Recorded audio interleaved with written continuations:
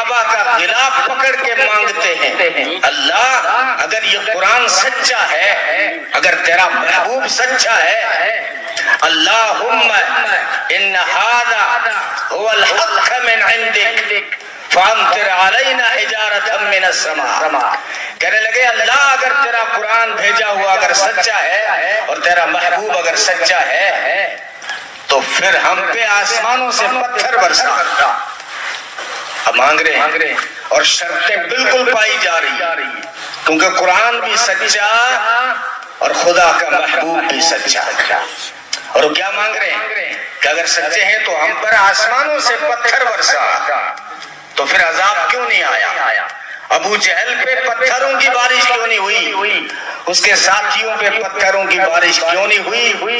اللہ نے اس کا جواب دیا، وَمَا كَانَ اللَّهُ لِيُعَذِّبَهُمْ وَأَنْتَ فِيهِمْ، میرے محبوب ان کو عذاب کیسے دوں؟